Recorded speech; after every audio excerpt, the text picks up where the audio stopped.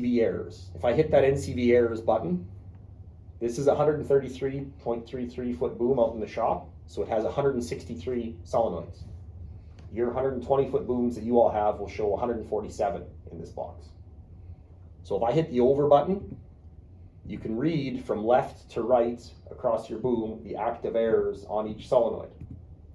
This sprayer doesn't have any active errors, so they're all going to be green. If I hit this drop down box here, instead of just clicking through all of those solenoids, you can bring up the NCV heat map. And sorry for the acronym, but NCV stands for nozzle control valve. So now you can see all of your NCVs, and if one of them had a problem, you could just click on that individual NCV. So if number 75 was broken, it would be either yellow or red. So then I would click on that one, and then you could read the voltage going to each NCV. You could read the temperature, and as you're spraying and driving through the field, you could also look at the duty cycle of each individual NCV. So if you have a suspicion that possibly your chemical is bogging down the NCVs, you could scroll through each one and see if they're all reading different while you're driving straight. Because if you're driving straight, they should all be the same duty cycle, right? Mm-hmm. Also, when you're turning, then you can read what your duty cycle is of each NCV. So if I'm on nozzle number 3 on my inside left side, right, and I'm making a left-hand turn, that duty cycle should be getting close to 25%, while the other ones are all reading the average across the boom, possibly getting higher on the outside of my turn. So you're reading this, like your fence row nozzles is 1, 2, and then your first nozzle is 3. Correct. Okay. And then on the other side, this is for a 133 boom, right? Number 163 and 162 would be your edge and border nozzle on the right-hand side of the boom. Right. Which would usually be the ones that smash when you hit the tree. Right. So how come it won't read 1, 2 on the other screen where you set the rate offset? Because how is a guy supposed to know? On the rate offset screen, we'll go back and take a look at that right now. So we'll go back to the home page. Because you're not going to be spraying with that. How is a guy supposed to know? Right on a piece of paper. So you can see it only goes to 159, right? Oh, okay. So that means if it only goes to 159, those are the nozzles that actually have spray tips on them. So not your edge and border nozzles. Oh, okay. So 163 nozzles total on that sprayer. I have 4 fence row nozzles / border nozzles, right? So number 1 in this case would be your first spray nozzle. Number 159 would be your last spray nozzle on the right side. We'll go back to our errors page. Where did we leave off here? So you can also go to NCV readings, and this will give you the one we were just looking at. So as I'm spraying, I can go onto this page. I can scroll through here and see the duty cycle. So if I watch this one right here where it says 0 right now, as I'm scrolling through, I can see the duty cycle of each individual solenoid across the boom. So they should all be reading pretty close if you're driving straight. But any little turn of the machine whatsoever, then they'll start to change with turn compensation. But they also read up and down just slightly as the sprayer changes speed too. So that's how you hold your rate. You can also see the hardware revision and how many hours each solenoid has ran, which is kind of interesting. So for the sales guys in the room, when you're looking at a used sprayer, you can actually go in here and see the life of the solenoids, which is something we never did before. So you can see that this solenoid has been powered on for 75 hours, but it was only actually pulsing for 15 hours. The engine hours on this sprayer outside were sitting somewhere around 60. Make sense? Mm-hmm. Good. Okay. So we've decided which solenoid was broken. We've replaced it. The next thing you need to do is tell the machine that there's a new solenoid installed.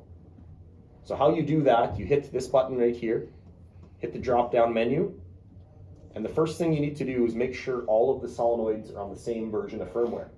If you take one off the shelf at the parts counter, it might not be the same version that's on your sprayer. So what you need to do is go to NCV updates and hit begin.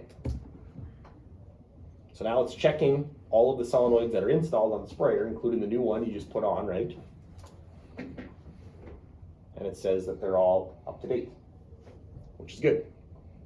Once they're all up to date, the next thing you're going to do is tell the machine what position that you installed that new solenoid on. So they're going to recalibrate the can, basically. So every one of those solenoids has its own can address and its own serial number. When you hit this calibrate NCVs button, what's happening is, then you hit begin, each one of those solenoids is going to put its hand up in the air and say, I'm in position 1. Next one says, I'm in position 2. And it puts all of those serial numbers in order. So we'll hit the white button here. So if you replace one, you don't have to punch an actual number in. Nope. The computer does that. All you have to do is that NCV, or calibrate NCVs button, and then hit the begin, like we just did. So what it's doing now is finding all the solenoids on the left side and the right side are 2 different cans, and they're putting them all in order. And hopefully it finds them all, or I gotta fix some. So which can is the center rack on? The center rack is on your right side. Okay. Make sense? I'm not sure. So however you wanted to wire it. Yeah, because it doesn't split right in the middle. You're right. The center rack is either one side or the other. Good. So after you hit that calibrate NCVs button, you should be back in business and you should have a green bell there. After that, the new one it recognizes it. Exactly. Okay. So now the serial number will be in order and you can start spraying again.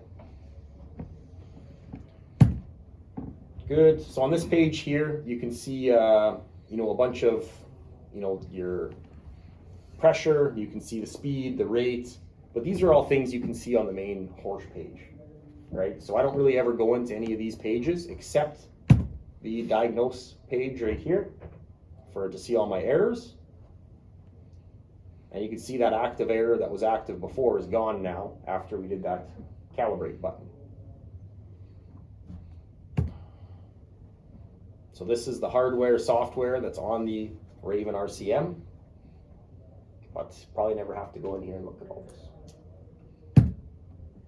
Good. Any questions about the Raven isobus node? No? Okay, we'll go through the Horsch one next. I guess, did you go over the totals and everything too? On the Raven one, Yeah. which page are you looking at here? 1, 2, 3. 1, Like 2, you 3. see all your total acres in there too, right? Right here. So you can see feet, miles per hour. You can see the total in acres right here, but you can also see this on the Horsch side. Oh, you can. It gives you more data on the Horsch side. So right here, it's showing you, your hours and your minutes, right? But it's broken down more granular on the Horsch screen, so I never really look at this one. Okay. So we'll go back onto the Horsch side. We'll cover that one first before we do anything else.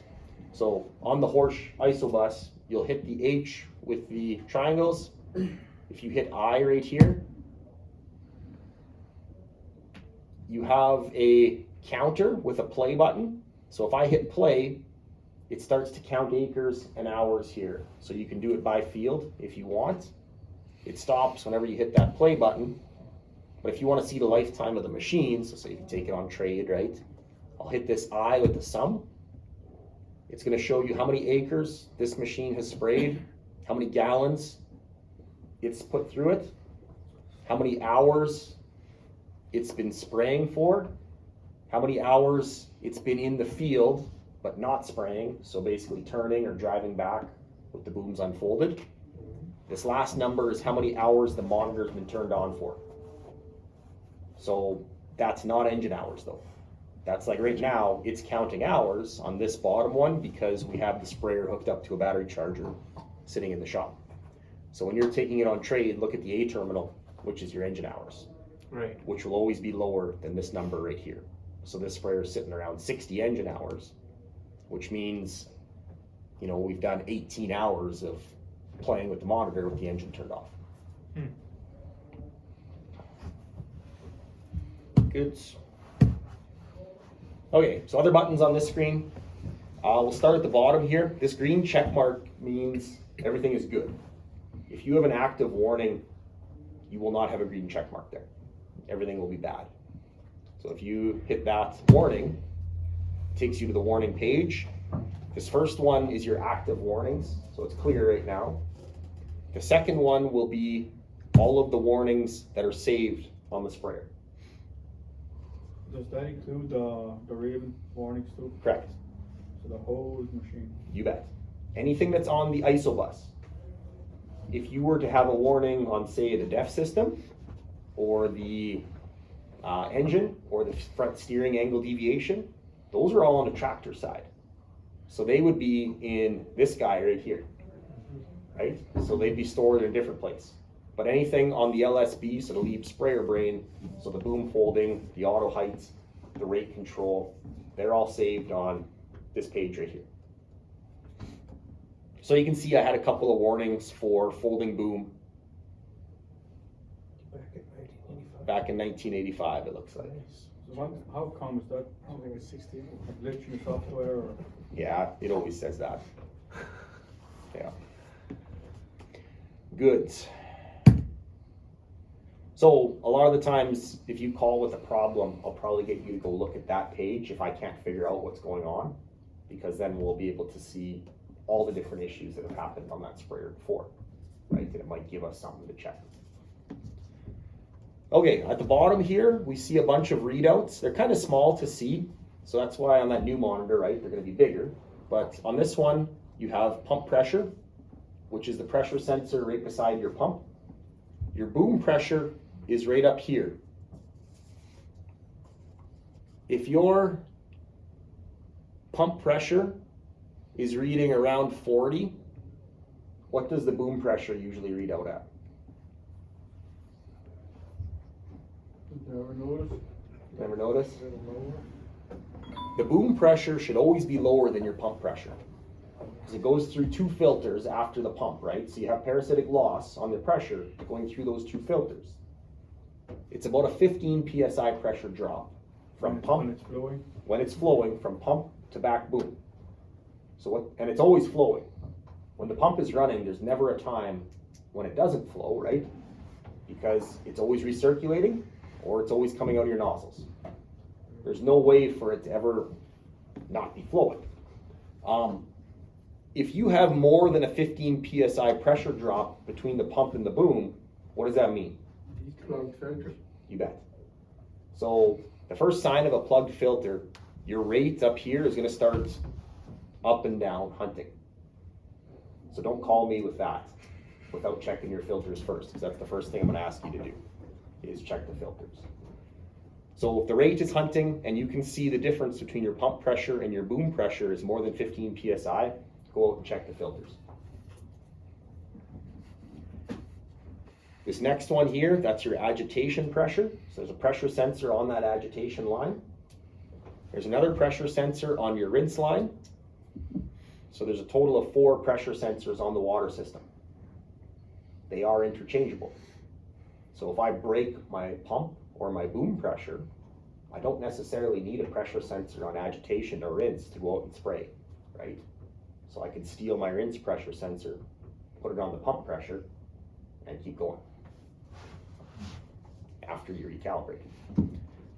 This middle one is going to be the percentage the pump is working at. This one here is gallons per minute, so that's a readout from your flow meter. So if your pump is running, but your nozzles are not spraying, what that readout is how many gallons per minute are being returned back to your main tank. This next one here is acres per hour, and then the last one at the bottom is your cleaning pump. It looks like a couple of pistons there, so the piston diaphragm pump, whether it's active or not. If it's running, it's going to show 1. If it's off, it